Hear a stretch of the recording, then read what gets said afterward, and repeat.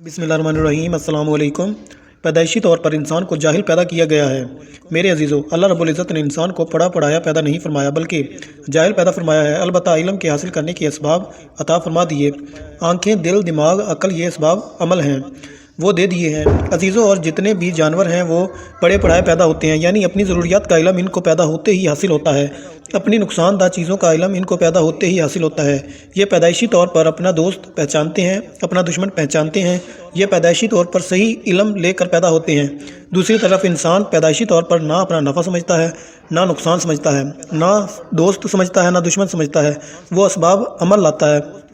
कभी इसका इल्म गलत हो जाता है और कभी सही हो जाता है। मिसाल से बात वाज़ा करने की कोशिश करता हूँ। बतख का बच्चा पैदा होते ही पानी में तैरना शुरू कर देता है। बतख का बच्चा पैदा होते ही पानी में तैरना शुरू कर देता है। ना इसने अपनी माँ से पूछा कि मैं कैसे पानी में तैरूँगा।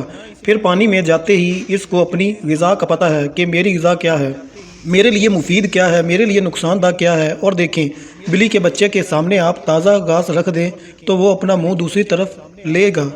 अब आप इसी बिल्ली के बच्चे के सामने दूध रख दें, वो एकदम इसको पीना शुरू कर देगा।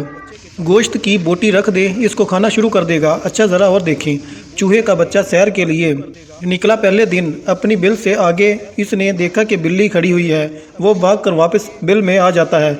अब ना इसकी माँ ने इसको बताया कि बिल्ली तेरी दुश्मन है। मेरे अजीज़ों, ये इल्म कहाँ से आया? पैदाइशी तौर पर।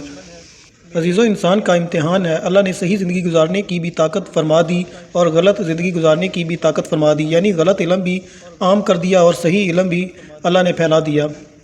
गलत इल्म का आखिरी सिरा शैतान के साथ मिलता है और सही इल्म का आखिरी सिरा अल्लाह की ज़ात से मिलता है। अनबिया कराम अलैहिस्सलाम का सारा सिलसिला सही इल्म देने के लिए आया और गलत इल्म देने के लिए शैतानों का सारा सिलसिला आया।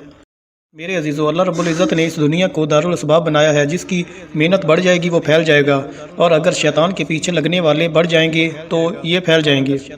आज बातिल का बाज़ार गर्म है और हक़ का बाज़ार ठंडा है। सद अफसोस, सद अफसोस, आज फहाशी को फैलाने वाले मुसलमान ही हैं। आज अपनी खुशियों में रंडियों के डांस करवाने वाले काफिर नहीं, वो मुसलमान ही हैं। आज इन महफ़िलों की तरफ मुतवज्जा करने वाले काफ़िर नहीं, बल्कि वो मुसलमान हैं। आज की हकीकत यही है कि हमने फहाशी को घर घर में पहुंचा दिया है। हमने सारे माशरे में फहाशी को फैला दिया है। बाज़ारों में, तिजारत में बददियानत, मिलावट, झूठ, सट्टा को फैला दिया है।